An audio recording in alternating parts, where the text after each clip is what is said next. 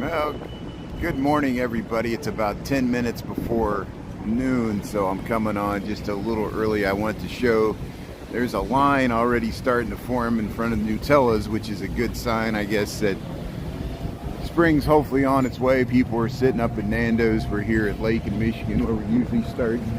And the reason I'm coming on 10 minutes early is we just got a rain band that came through here. That's what I was waiting for. I was afraid it would have been hard for me to do my lunchtime walk here, but I checked the radar. We'll see if we can hold on a second here.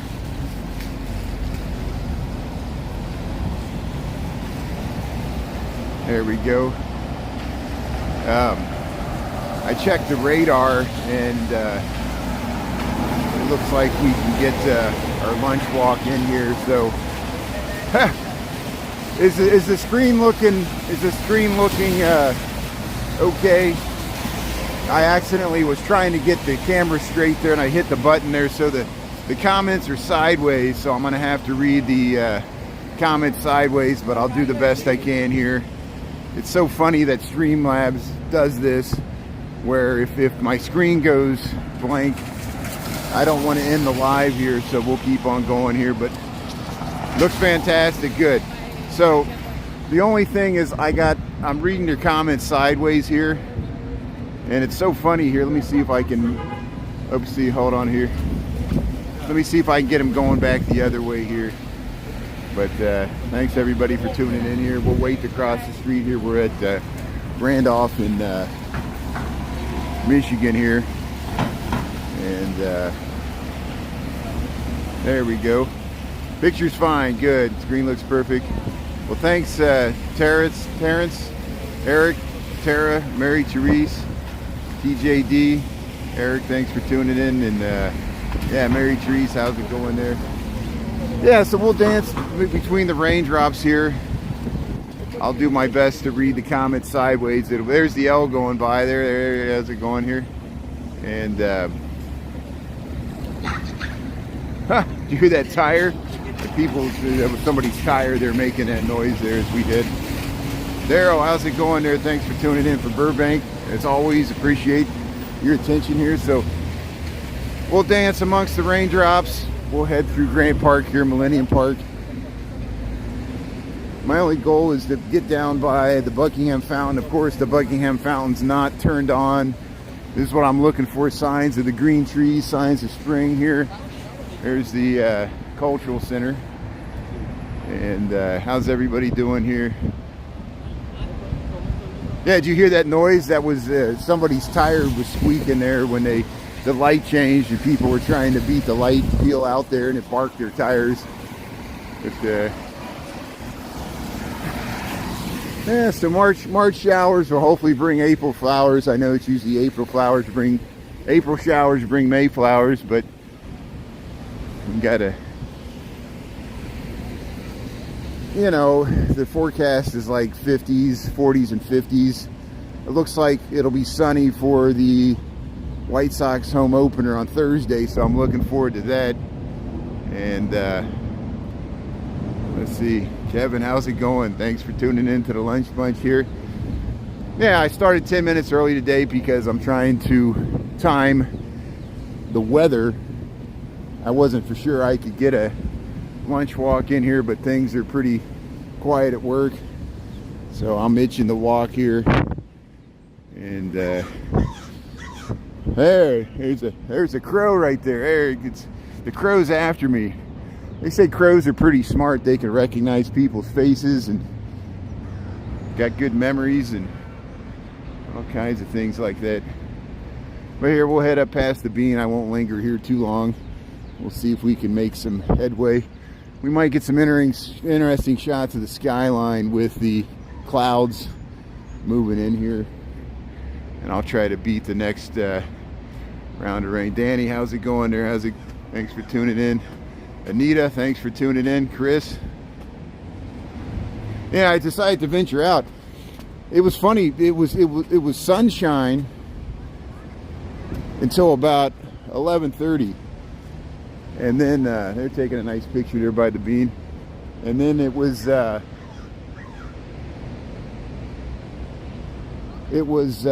this band came through right at 11:30 and blew through, and I guess that was the front. And it looks like there's a window here between another band. Look at all these people taking photos in front of the bean here. Yeah. And we'll peer over the fence here.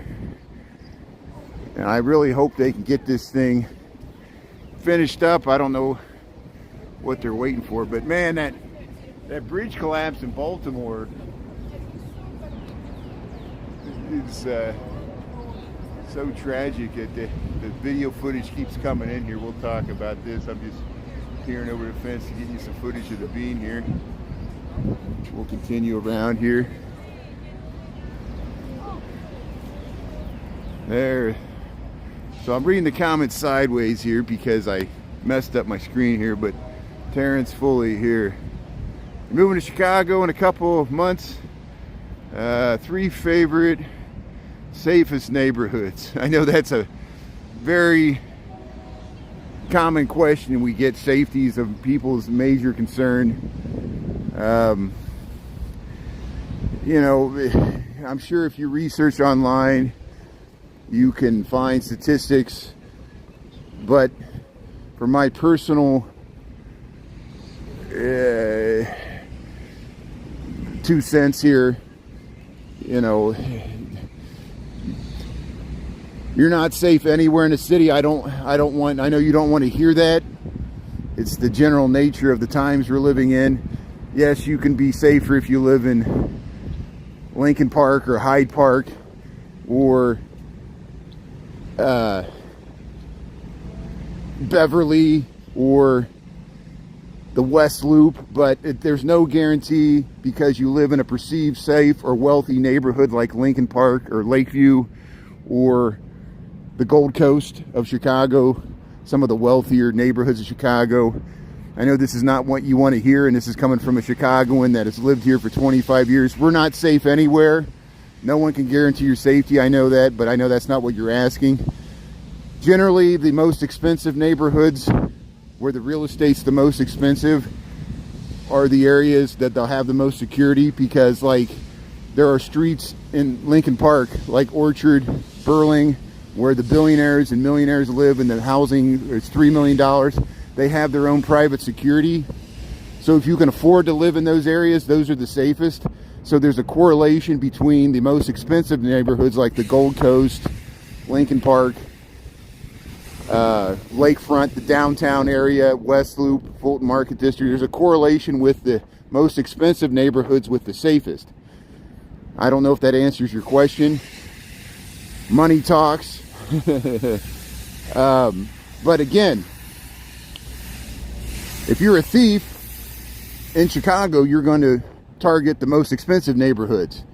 So, you know, you have to invest in private security, you know, and it's the nature of America. Just like more guns don't make us more safe, you know, and I'm glad you're considering moving to Chicago. You're not safe anywhere in America. I don't care if you live in a wealthy suburb or a gated community. Bad things happen to good people in good areas. And I know I'm not trying to talk down to you or anybody else. I really don't honestly know what to tell people, because we get that question all the time. And we're all grown adults here. I think you understand what I'm talking about. So thanks for your concern here. Yeah, check Zillow. And your best, Terrence. Let's see here. I'm missing comments here. Good afternoon here. Again, I'm reading the comments sideways. Yeah, the South Loop. You're moving to the South Loop, Printers Row in May. That's good. Yeah, there's a lot of interesting housing down there in Printers Row, the South Loop. Here we are in Lurie Gardens. Here's what I'm looking for. Here's signs of spring here. We got some flowers here. And yeah, check Zillow if you're looking for prices. Crystal Lake, that's good. Chris is out in Crystal Lakes. But Yeah, it depresses me that safety is a continuing concern of anybody that lives in Chicago. We get that question all the time.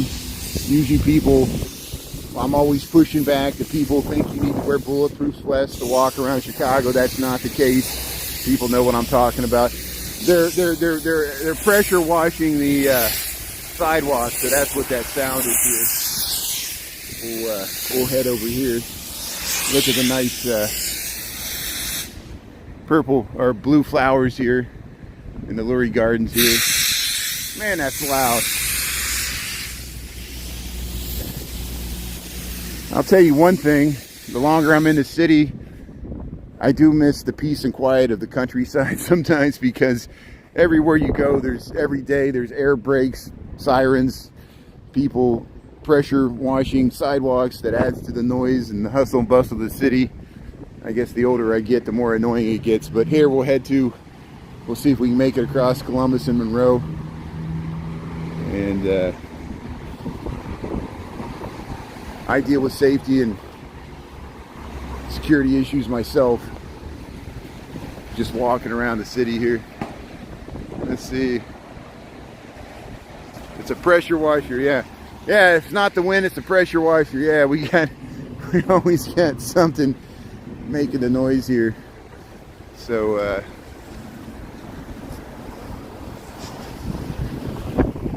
that's good. Yeah, check out Lincoln Park, check out Lakeview.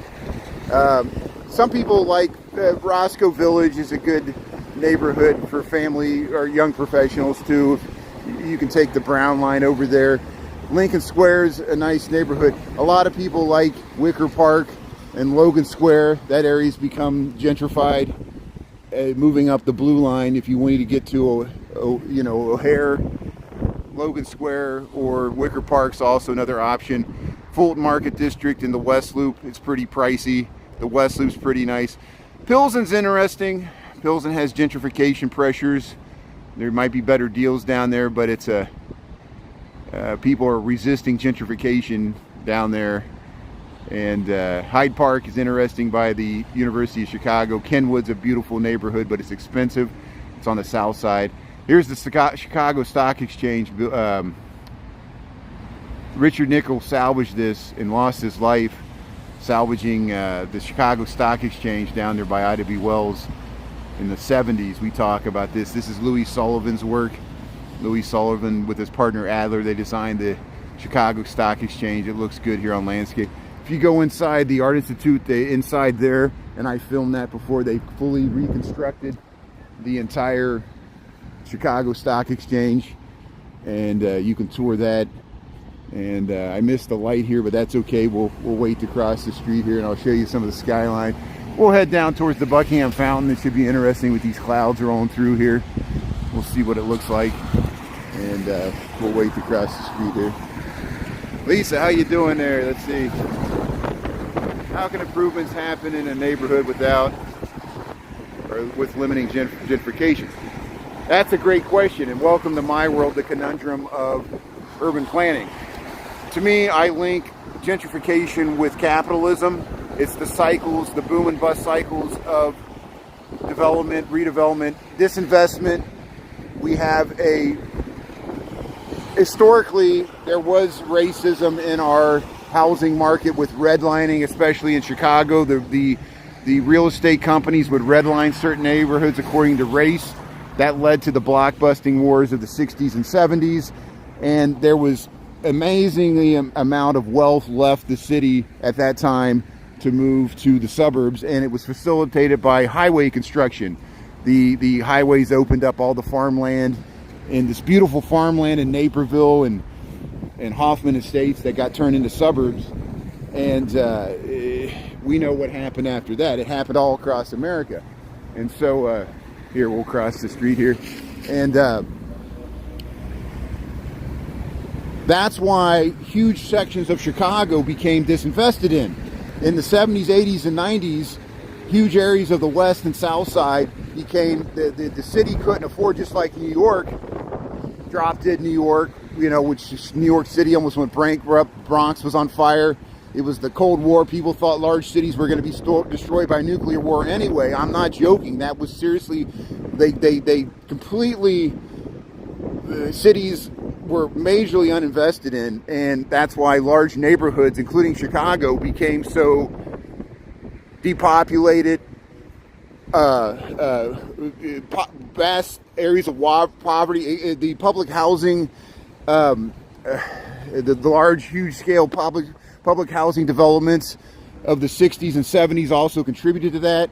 People wouldn't go downtown. People wouldn't go to certain neighborhoods. And we got to put this in a historical framework. Since the 90s, 2000s, there's been a huge influx of young professionals, yuppies, people like me that have moved back into the city, that choose to live without cars and have transit. Because people mainly, you know, I know becomes a white-black racial divide thing, like college-educated white urban professionals moving back into the city, when in the 70s and 60s we would have lived in the suburbs, or, you know, and it leads to this increase in the cost of housing because of demand, and that's why neighborhoods like Lincoln Park, Wicker Park became gentrified. In the 60s and 70s, they were not as expensive as they are now because people moved out to the suburbs. So these pressures, especially in New York, Brooklyn has it too with Williamsburg. Williamsburg became gentrified. Here we are in Butler Field here in Chicago. We're talking about, Lisa asked a good question about how can neighborhoods be improved and be invested in without gentrification. That's the conundrum, and it's a conundrum of capitalism. Capitalism, supply and demand. At the same time, the Federal Reserve is boosting the price of all assets, including housing. We got, at the low end, people cannot afford housing, and so if you have problems with gentrification, I always say this: if you dislike gentrification, you also got a problem with capitalism, because, and I'm not saying there's nothing wrong with that. Capitalism doesn't solve all problems. Capitalism doesn't solve the housing affordability issue. That's the reason public housing existed in the first place anyway. And there's still issues with that. So I know socialism has problems too.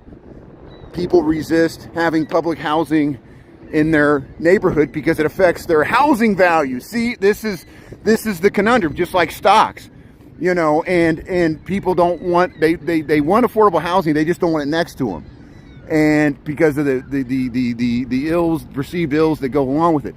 These are the conundrums of urban planning that we all struggle with, and I don't know how to solve it either. I wish I was smart enough. Even if I do know, if I did have the answer, I don't have the power, political or economic, to implement the plans. The people would fight against it. The stock market would fight against it. Larry Fink and BlackRock would fight against it because they profit from gentrification. We're all invested in 401ks. These are the competing interests, whereas we want the stock to go up, but we want housing to be cheap. You can't have both at the same time. In order for stocks to be cheap, housing needs to be expensive. In order for stocks to be increase in value, housing has to increase in value until the bubble pops. We have real estate booms and busts all the time. Economic cycles, interest rates, these are complex issues, and I wish I had a simple solution to all our complex problems. I don't, and you know, I've wasted many nights thinking about this.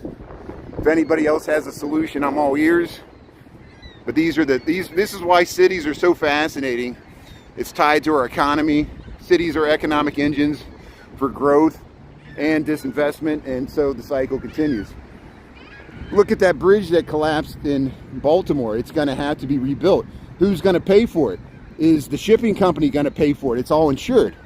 Is the taxpayer going to pay for it? Is it all going to go into national debt? That bridge is a vital infrastructure link for Baltimore, and they're still searching for bodies. It's horrible. You know, it's a horrible tragedy, and we'll continue to talk about it. If you don't know what I'm talking about, a bridge collapsed in Baltimore overnight. A giant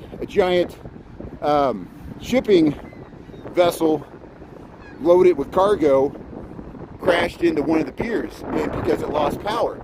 Since the Panama Canal and the Suez Canal have been expanded to accommodate larger and larger vessels due to globalization and everything that Jeff Bezos profits off of being shipped across the ocean, it causes these giant ships to go under these bridges that were designed before the ships were so large. And that's why that ship was so large, it hit that pier and caused that entire bridge to collapse, and it closed. Right now, the port of Baltimore, the second largest port on the East Coast, It's closed. It's going to lead to inflation until they get that bridge removed and they can get those port, and so what's the Federal Reserve going to do now? They got to get that bridge, they got to get that bay back open. The price of cocoa is going up, up, up. Your chocolate, just for time for the Easter Bunny. I know I'm rambling on here. The comments are sideways. Chris, how's it going there? Let's see. Terrence, let's see. Shipping company should adopt full responsibility and fix the bridge. Yeah, I agree. Is it going to happen? Probably not. But that's, hey, let's band together. Let's force them to pay. We all talk about full responsibility, corporate responsibility. It's all insured. I think it'll bankrupt the company. But maybe they're big enough to absorb it. I don't know. Let's see what Chris is saying here. Capitalism has no problem letting people starve to death in the name of profit. Yeah, that's a good point. The worst thing that happened to this country is letting the capitalists run the government. Yeah, and that's the conundrum I have, Chris, and I agree that, see, this is my dilemma, Chris, we talk about all the time. Both the Democrats and the Republicans contribute from a stock market and a rising 401k, because that's what we all need. That people would stop putting money into their 401k if there wasn't a constant rising stock market. Both parties, the left and the right, benefit from a rising stock market, which is corrupted by capitalism, the profit motive. The Democrats used to be stronger in the labor. That's been co-opted because Wall Street has been successful and through globalization of fighting the unions. And now, isn't it interesting, some of the union, my father worked for a union in Ohio, and some of the union people support the right. They support Trump, and they're from a union, and it just baffles my mind when I come to Chicago. And I'm not trying to be partisan here. It just shows that both parties bear the responsibility for the situation we're in. We can blame one side more than the other. To me, the entire system has flaws in it, and I don't know what the answer is. As long as the Fed can keep the rest of the world buying our debt, we're not going to have to face these issues. We got a huge debt. Both the right and the left have not been able to solve our debt bomb, and we're going to pass it on to the next generation, and eventually someone's going to have to pay, and we'll all be dead. Look at Charlie Munger. He's dead. He couldn't take the money with him. Warren Buffett's going to give most of his money away, which is great. Isn't it amazing that some of the most ruthless and strongest capitalists become socialists on their deathbed, just like Carnegie? And these are complex issues, and it's because they know they can't take it with them, so they might as well give it away because they can't take it into heaven, or wherever they're going. Wow, we're talking about some complex issues here. Thanks for tuning in. Here we're over here in Grant Park. I'm just it's kind of drizzling here, and we got about 55 degrees. But these are the issues. Yeah, we're talking about some real issues here. If I missed your comments, it's because I messed up at the beginning of this. I was trying to get the camera straight, and I don't want to end the live, and the comments on my screen are sideways. So I have to read the comments sideways. It's hard for me to read the comments, but I'll do the best I can here. Let's see.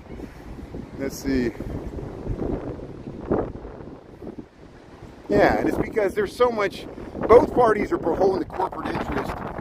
What did citizens in the United say? People with more money have more free speech. There's so much money that goes into our political, lobbyist interests. Congress, they make more money for their campaign re-elections from corporate interest than us. As long as they keep the whole thing going, and they can keep this. Hopefully, they can keep delaying having to deal with these real issues that are coming to a head. Climate change is happening whether we accept it or not. Our debt problems are going to persist. If they can't get inflation under control, that still remains to be seen. And we went through it before in the 70s. with this amazing economic liberalization that went through in the 80s and 90s, deregulation of governments, the globalization, it unleashed a lot of money that we've been benefiting from for several decades now, but it still remains to be seen how it's all going to be played out. And here's Buckingham Fountain here. Welcome to Chicago here. We're in Grant Park here. We'll walk around Buckingham Fountain. We got 12:14 in the PM. Thanks for being on the lunch bunch here. We're just heading through the park here. We've got some wind here, so it's probably hard to hear me. It's probably a good thing because I'll probably listen to what I'm saying here. I'll be like, man, I was really riffing on some things I shouldn't have been talking about on social media here. But welcome to YouTube. Oh, the wind's really gusting here. But here's the Buckingham Fountain. We're looking forward to them turning this thing on here in May. I think in May they turn this thing on. And, hello, how's it going, Sandra? Yeah. Good, thanks for listening here. Yeah, urban planning. It's now you see why there's not much money in urban planning, because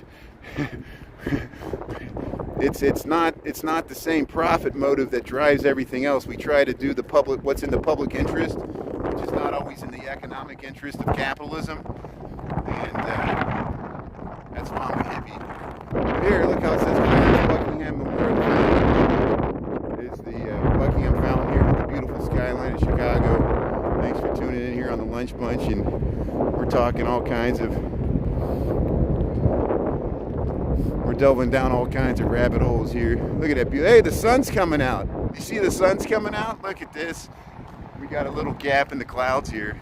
So I timed it just right. That's why I started this live a little early. And yeah, I'm for raising the corporate tax. You hear me rail about, that's why I went on my rant against Jim Cramer. Jim Cramer and the billionaires that are day traders on the stock market, at least the bulls, have benefited from the money that's not redistributed into the economy through the corporate tax. Remember, after World War II, when we were repaying the debt of World War II, this included the Korean War, corporate tax rates were much higher, significantly higher than they were now, and people felt a patriotic duty. They felt a patriotic duty to pay down the debt, which led to the boom of the 50s and 60s. When America was the last economy standing after World War II, we benefited from that, the Marshall Plan, all that stuff. Now it's the opposite. You know, we got presidential candidates that boast about not paying their taxes and how they're smart because they don't pay taxes, and then they sell people stock to pay their legal fees. Talking about True Social, and if the stock tanks, he won't be there to bail you out. He'll just laugh at you. He's got your money, you know. But we know what's going on, and I fault the courts for being inept in enforcing their own fines. They lowered the fine and gave them more time to pay. Would they do that for you and I if we were sitting in jail for some petty offense we couldn't post the bail? No, they let us sit in jail waiting a court date. That guy, because money, the more money you got, the more legal representation you got. The courts favor the wealthy. It's always been that way. It always will be. Trump knows it. He's using it to his advantage. And whether he has any money or not, he gets to live the lifestyle. He gets to sit on the gold toilet, even if he's bankrupt. And, you know, I got to be careful how I speak about this, because people, there is a rabid supporter of that guy, and they'll find me, you know. And especially since I live in this city, Chicago. Welcome to Chicago. Welcome to the beautiful skyline. There's the Sears Tower, Willis Tower, Aeon, and over to the St. Regis. There's the Buckingham Fountain. See Lake Michigan behind there. We got kind of an aqua green tint to it, and yeah, I mean, I don't think there's any bears left in the stock market, because the bears have all went bankrupt. The stock market knows it. You cannot bet against the stock market. Even after the pandemic, I tried to be a bear. Not that I just because I'm a pessimist. I saw what the Fed was doing to increase assets. I thought we'd have more rapid inflation. It's amazing the somersault that the Fed's been able to do to create this soft landing. I guess credit should be given to them because they actually pulled it off so far, where we didn't have a recession after the pandemic, which is amazing, and we're not in a Great Depression now. So I guess I should be thankful for that. And job market's tight. It mainly has more to do with the Federal Reserve and the Paycheck Protection Program, which was under the Trump administration that got continued into the Biden administration.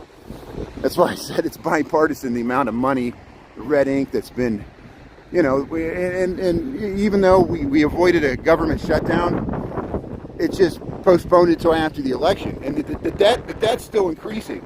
The debt's increasing at an astronomical rate. The Fed almost cannot raise interest rates there because we won't be able to finance our debt, and we got major problems. And I don't know how this is going to play out either. I'm not an economist. You know, I'm not the, I'm trying to make sense of the world just like everybody else. But it's really hard to be a bear now. It's almost like they don't have any, there's nobody playing the other side of the bet. You only can bet that the market goes up because it always goes up because of inflation. And the point of inflation is to boost all assets, cars, real estate, the price of travel and everything, which is good for businesses. But if they don't redistribute the money in tax, it just piles up in these giant piles, which is what the stock market is, Bitcoin, these giant piles of money that don't really do anything besides, it's like gold. It just sits there and accrues wealth. And it's great if you got it, but if you don't, it becomes more attainable the more expensive it gets. So these are the conundrums. Hey, look at the daffodils. Look at the nice skyline here. So here, what, Sandra, Tara, let's see. Yeah, no politics, no politics. It's impossible. I mean, you know, how are we going to navigate this political year if it does get really escalate into something that we all fear? You got to take a stand sometimes. And me, you know, it's almost like, you know, I waffle when somebody says, you know, you root for the Cubs or the Sox. I really don't care. I really don't care. It's not that important to me. To me, it's a corporate branding. You know, people will be loyal to a corporate brand, which is really what the sports teams are, you know. Same with the Bears. I root for them. I'm happy if they do well, but I'm not going to base my identity on whether I'm a Cubs or Sox fan. And I know people don't want to hear that, you know, but it's harder with political parties because we all do lean one way or the other, and people are figuring out whether I divulge it or not. And you guys figured it out. Here's the Lincoln statue here, just by the fact I live in the city. You know, here's the Lincoln statue. Here's the sitting Lincoln. You see how I talk about the one in Lincoln Park's the standing Lincoln, because he's got a chair in Lincoln Park, but he's standing. This is the sitting Lincoln. There's a statue of Lincoln in Grant Park. There's a statue of Lincoln in Lincoln Park. There's a statue of Grant in Grant Park, but there's no statue of Grant in Grant. Or there's a statue of Grant in Lincoln Park, but there's no statue of Grant in Grant Park, which is amazing. But here's the Abraham Lincoln statue in Grant Park. It's pretty close to the Buckingham Fountain, which is right over there. They got these tall columns on either side, and they got this nice garden here, and you can see the South Loop. You can hear the trains and the metro here. Oh, hold on, I saved the land of Lincoln. Thanks, Sandra. Thanks, Tara there. Let's see, what are we talking about here? Lisa. In the words of the wedding singer, I'm a big fan of money. I like it. I use it. I have a little. I keep it in a jar on the top of my refrigerator. I like to put more in that jar. Yeah, that's it. Yeah, I know we need money to survive. I'm worried about my retirement. I'm conflicted because I really do not want to invest in the stock market, but they really give you no other option. You know, what's your other option to beat inflation? You can't just put it in, you know, a lot of other things you got to pay taxes on. Gold, you got to pay taxes on capital gains. If you just keep it in the currency under your mattress, you lose to inflation. So they really give you no other choice but to buy what they already own, which is corporate stocks, which is why it works so well, you know. And as long as they keep that demand, which is liquidity, as long as they keep liquidity where people got jobs to buy their 401k, and really the amount the regular you and I put in our 401k is nothing compared to institutional investors, people that own stock bonds. The bond market is much larger than the stock market. So if the bond market ever fails, it won't matter what the stock market does, because the stock market can't function without the bond market. And talk to your financial advisor. See if they'll actually admit that to you. Here's the look at this beautiful view over the metro tracks here. We're looking north here from, we're around Van Buren Street. This is the pedestrian walkway over the metro tracks here, and the South Shore trains going to Millennium Station this way. Isn't that a beautiful view of the skyline? And yeah, we lost pensions. That used to be, you know, why there's no reason to be loyal to a corporation, because that used to be pensions. Even like all that's left is the public pensions, like the teachers union or the police and firefighter pension, and those are draining the tax coffers as well. And that's why so many corporations got rid of it. They want to privatize Social Security. To me, that seems really dangerous, but it's just a way for them to free up more money to pad their profits in the stock market. Yeah, this wind's picking up. I'm going to start heading back to the office just in the chance that this rain comes back. Thanks for tuning in here. Welcome to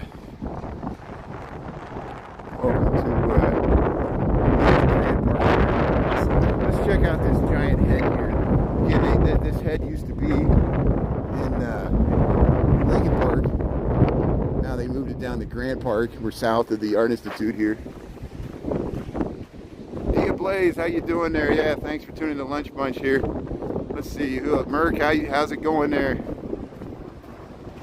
Is there a Lincoln statue in Prospect Park? He's standing in Brooklyn. That's good. I know where Prospect Park is, so that's great. There's a statue of Lincoln in Prospect Park. That's good. New York, that's Brooklyn. Yeah. See what else is going on here. Julie Reed, how you doing there? Yeah, I know you got to invest in something. I'm not recommending anybody change your investments. I'm not a financial advisor. I'm sure most people, you probably got a better retirement than I do, which is good, you know. And you got to put your money in something. We can't rely on Social Security. Yeah, I agree. Don't count on Social Security. That's why I think it's a bad thing for them to want to privatize Social Security as well. And the way the tax incentives are set up, the tax incentives are all set up to benefit people investing in the stock market and keep it in there, never moving their money. I know it's if you day trade, you get taxed on your profits every year, and that's why it works. But hopefully, we won't have to go through a prolonged period of stagflation. So far, it hasn't panned out that way, and so far, the most prudent people are the people that have invested early in the stock market, never sold like Warren Buffett, and right now the stock market's at the all-time high, and there's no appearance of a sell-off in the near future, which that to me, that's the perfect time for a sell-off. When no one's counting on it, no one's taking the other side of the bet. Here's Michigan Avenue. There's the street wall. See, we went down there. Oh, I love that outfit. That's a nice outfit. Yeah, how you doing? And here we'll cross Michigan Avenue. We got some wind here, so we'll dodge amongst the wind here. Yeah, I came on a windy, rainy day. We're dodging amongst the raindrops here. I'll take us over to the Route 66 sign here. I zoomed into it from across the street, but yeah, I wasn't sure I could come live today because a band of rain did go through right before I went live, and that's why I went live starting at 12:50, because there's another band, according to the radar, there's another band of rain that's going to head through here. We're on Michigan Avenue across from the Art Institute. We just crossed it. Jackson. Here's the exchange. You go to the exchange. Here's this Mineworks thing. Is it open today? It's Tuesday. I'm gonna have to come down here and check out this Mineworks thing. I think it's only open. It's only open like later in the week. I always hit it. See, look, it's Tuesday, so it's closed. Wednesday, Thursday, Friday. So either Wednesday or Friday, we might come back down here and check out this Mineworks. I think it's free, and I meant to do it before. Every time I happen to go by it. It seems like I'm on when it's closed. There's another Bye Chicago. Here's the Symphony Center. Herbie Hancock. Herbie Hancock's going to be at the Symphony Center. There, jazz master, pioneering keyboardist. March 30th. It's coming up here at the Symphony Center. Who else? Let's see. There's Schubert and Beethoven, Mendelssohn, Elades Ochoa. Also, Spake Zarathustra. Was that Wagner? Yeah. Herbie Hancock. Bach. There, the chamber orchestra. Mitsuko Uchida. Yeah, look at that. Our great conductor there at the Symphony Center here in Chicago. Yeah, we got some pianists and Yo-Yo Ma. Yo-Yo Ma is coming with Catherine Scott. There, when's that? April 7th. April 7th. Yo-Yo Ma, Catherine Scott, S-T-O-T-T, Catherine Stott. I don't know how to pronounce her. But everybody knows Yo-Yo Ma. There's the Art Institute. All these great cultural institutions we got here. Potbelly, 200 South Michigan. Yeah, we'll go by the Route 66 sign here. Yeah, there was a guy from Brooklyn. I used to follow him on. Oh no, he was from the Bronx. He was from the Bronx. I used to follow him on my original account. I lost him, and he was like, he had his TikTok. It was about he would tell people how their mind worked. Look at this. Yeah, the Sears Tower. Here's the begin Route 66 here. This is right across from the Art Institute. We show this. Here's the begin sign for Route 66. You can take it all the way west on Adams. It would connect with Ogden, and then it would connect to the route that went to California. People stuck all their stickers here. And there used to be a sign across the street here. Here, let's head over to Wabash here. We'll head over to Wabash and get the Sears Tower in here.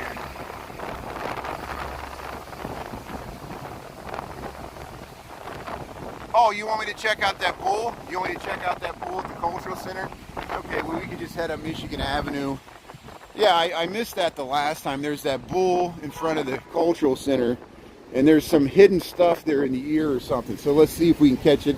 I missed it the last time, so we'll just head up Michigan Avenue under the former Santa Fe building, which is now the Motorola building. It's hard for me to get the top of it there. There, we're across from the Lions at the Art Institute. Look at this beautiful detailing underneath the columns here. J-Cat, how's it going there? So that opera house yesterday, was it intentionally built like a throne? That's a good question. Yeah,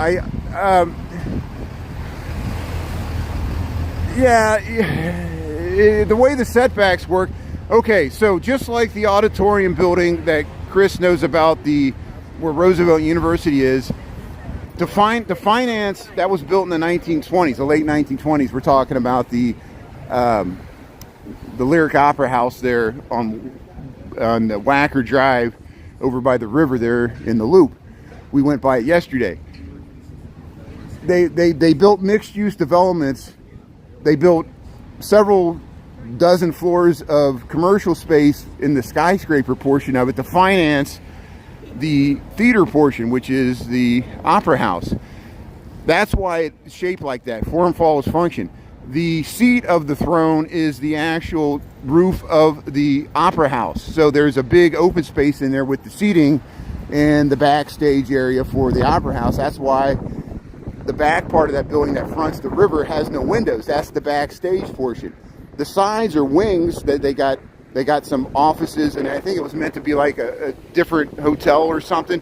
See, the auditorium building was supposed to be a hotel, commercial space, and a big auditorium, and they wanted to finance it with the same thing with the Civic Opera House.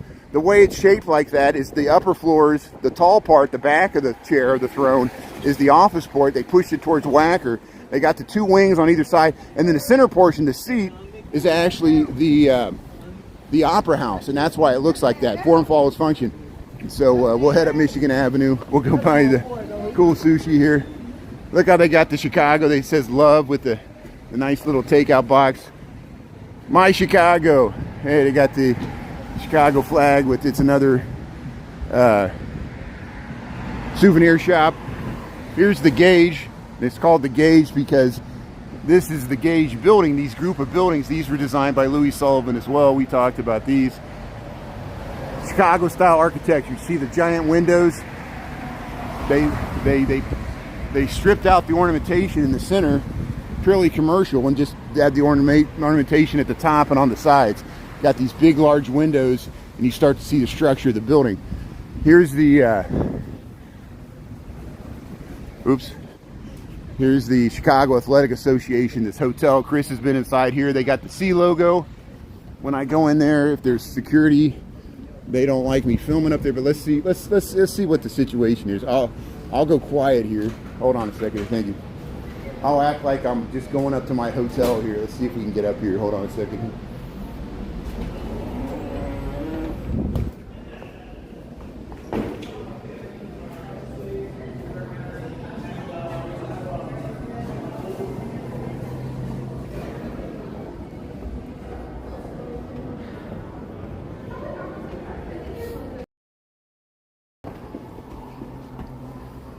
If you just joined, this is the historic lobby of the Chicago Athletic Association. It was modeled after the Palace of the Doge.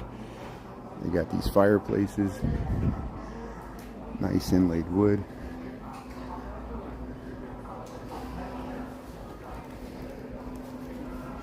See the counters up there. Again, this is a hotel. This used to be a private athletic club for years, and now it's opened up for the hotel in the back. There's a game room in the back with pool tables. I usually lose my connection when I go back here, but I want to show this beautiful space. Again, it's Venetian. It's Venetian Italian Renaissance, modeled after the Palace of the Doge, the Chicago Athletic Association. Here's the check-in counter, and they got such great fixtures. And look at that beautiful L tracks there. And down at the bottom, there's actually a Shake Shack, and we'll see if we can sneak in and show you the C logo for the Chicago Cubs, which was based on the logo for this Chicago Athletic Association.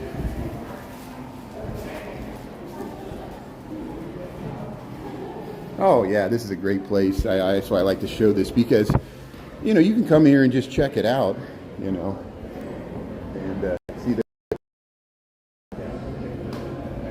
that you see it here. The original Chicago Athletic Association logo is really similar to the Cubs C logo, and they got this roped off. Look at this beautiful lobby, the ceiling. They had a pool back there. Property manager confrontation. The tank, they call it the tank here. This is usually where, yeah, they got registration back here. Look at these little boxes here. This used to be where the pool is. You see the numbers on the floor? There used to be a pool here that they closed off. And look at this beautiful waiting area here, Chicago Athletic Association. I won't stay here long. Look at this letterbox as we go out here in the floor. It's an amazing letterbox for the elevator, but we'll make a beeline here.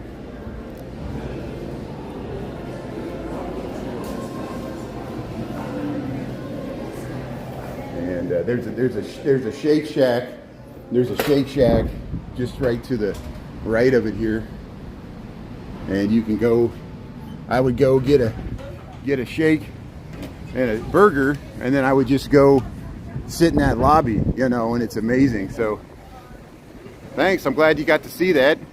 And yeah, it feels like you should drink something. I know people always want me to get something to eat and drink. Here's the Willoughby Tower, and there's an amazing, the security doesn't like me filming in there. There's a beautiful Tiffany, no, it's a Rookwood Pottery. The Rookwood Pottery Company from Cincinnati did the tile on it, and it's a beautiful vaulted elevator lobby in the Willoughby Tower there. And They also have it in, no, I'm wrong. I'm thinking about the Monroe building. The Monroe building has the Rookwood vaulted dome, or vaulted elevator lobby. The Willoughby Tower has a nice lobby too. It's just different. But here, let's go up and check out this bull up here. Let's check out the. So again, if you just joined with Chicago, we just checked out the Chicago Athletic Association. I'm missing people's comments because they're sideways here. And so much history. Yeah, there's so much history in Chicago. Thanks for tuning in, Eric and Merck and Sandra. I'm glad you got to see that because Chris knows, Chris probably remembers the last time I attempted to go in there, I was too cavalier and I went in there blazing and the security asked me to leave. But see, no, I kind of hid the camera when we were going, and the security was there. He was looking right at me. But I got to be careful with my booming voice here, and we were able to get some footage here. So, hey, that made this all worth it here. We'll go, what time we got here? 12:40, so I'll head back towards the office before this next bound of rain heads in. Thanks, everybody, for tuning in on the Lunch Bunch. And I got my frustrations with Streamlabs. There's positives and negatives, everything. Once I went sideways, I'm reading the comments here sideways. Chris, you were at the yeah, I know you went to Chris went to the Chicago Athletic Association there, and let's see, twice. And yeah, go to the game room. Yeah, I wanted to show the game room, but usually I lose my connection when I go in the back there. And yeah, the game room's great. They got chess, they got pool tables, they got skee ball, and they have all kinds of stuff. Here's the bull. When they had bulls on parade, they had this bull, and this is one that's by the Cultural Center here. These people are checking out. Let's see what somebody's. Oh, okay. So in the eye, they got the water tower. You see how the eye's in the water tower, and then if we look over here on the other side, in the eye, they got the Picasso statue. You see that? There's the Picasso statue inside the eye of this particular bull. Not all of them have it. See, they're taking pictures of it. And look, someone put fake on it. Of course, if you go to Wall Street, they got the bull in New York City, and look, oh, so they're taking pictures here. I'll wait till they're done here. So we'll get the L going by here, and here's the Cultural Center. That's the L going, the purple line heading up on Wabash, and we'll wait for these people to take their pictures here. I want to get a picture of the plaque there, and we'll wait. It shows you it's nice that people are taking pictures of this bull, and there, yeah, they're doing it too. That's great.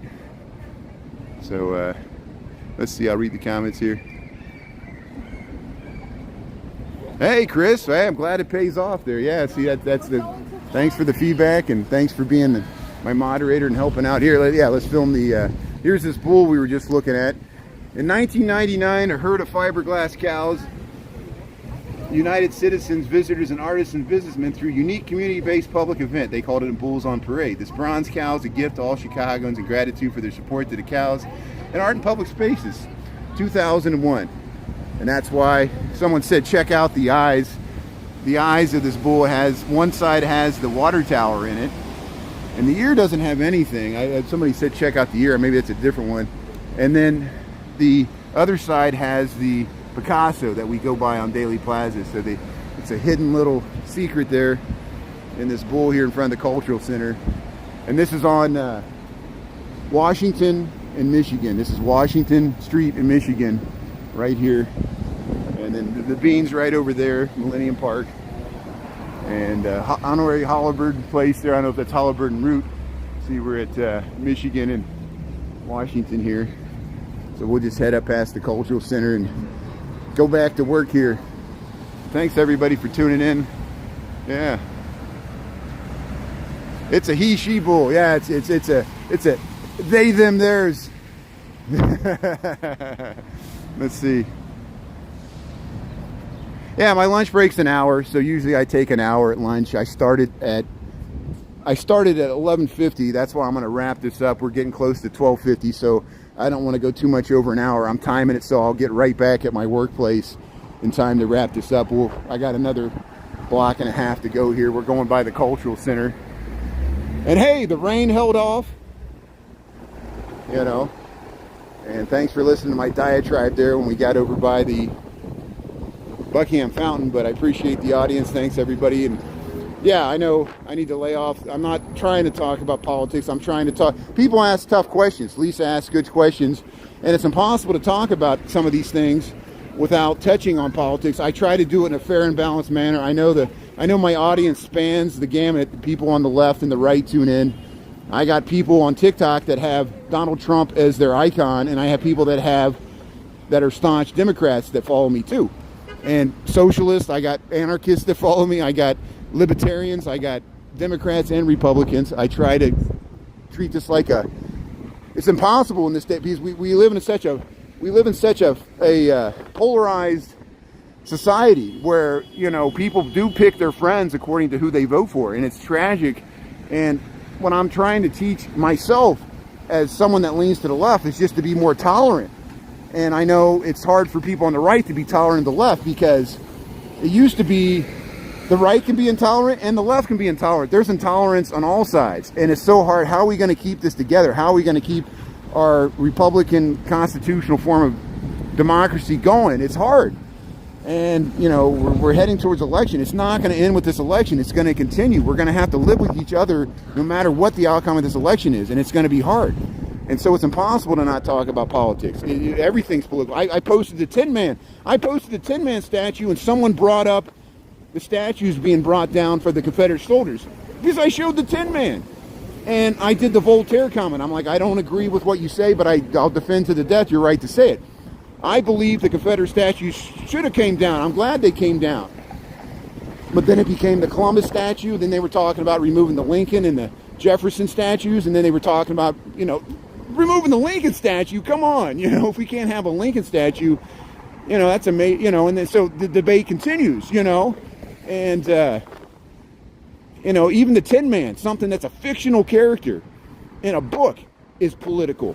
Isn't that amazing? And that's the first thing that person thought of when I showed the Tin Man, was the bringing down the Confederate statues. And he was from California, and his profile picture, he wasn't a white dude, and that's what really confuses me. Sometimes I'm always like, is these like AI robotic bots that are just automatically, I don't know, you never know if it's a real person on the other end. Artificial intelligence, I'm really worried about it because corporations are running it. I don't trust corporations to be ethical enough, just like Cambridge Analytica. I don't trust the social media corporations, not just TikTok. I'm talking about Facebook, Google, Apple, Jeff Bezos. I don't trust them with that much power. They're creating God and they're unleashing on us. It's going to affect society, just like social media affects society. We all should be concerned. And so I want to thank everybody for tuning in here. We'll cross the street here and we'll wrap this up here. Let's see, Marco. Yeah, that's what it is. People got too much time on their hands. You know, I might be the same way. I got the privilege to be able to take these walks at lunch. I appreciate people tuning in here. J-Cat, what are you saying there? Yeah, I'll be on TikTok tonight. For my walk home. It looks like it won't be raining then. And so, hey, I'm going to wrap this up. I got 12:48. Thanks, everybody, for tuning in. Have a great rest of your Tuesday today. And again, we'll do the White Sox home opener on Thursday. If you're looking for me on YouTube at the Lunch Punch, check TikTok. I'll probably be on TikTok the entire afternoon starting at noon. So you can watch me on TikTok as we go down to Guaranteed Rate Field down there in 35th to watch the White Sox home opener. I'm not going in the game. I'm just going to film the tailgating and stuff. And yeah, there's a lot of bots. And sometimes I don't know if I'm talking to a real person or a human, so I should just let it slide. Grim Evil, I'll leave you with this. Grim Evil from Joliet, he said, use the 3 Fs. And I got to censor it because the 1 F, I'm sure you can imagine what it stands for, but it basically means if you're not fornicating with me, if you're not feeding me, if you're not financing me, your opinion doesn't mean as much. And I got to remember that in the TikTok comments. But I appreciate the Lunch Bunch. Our relationship is friendship. So if we're friends, then that's part of it. And then you guys have earned it by being loyal to me as we stick through YouTube here. And we'll be on TikTok tonight. Thanks, everybody. Have a great day. Thanks, everybody, for tuning in. We'll sign off, and I'll catch you later tonight on TikTok from Chicago. Thanks for tuning in, and stay dry. Thanks a lot, Patricia, and Dee, and Dolores, and everybody. Have a great afternoon. We'll talk to you later. Thanks, Marco, Chris, Lisa. Yeah, talk to you later.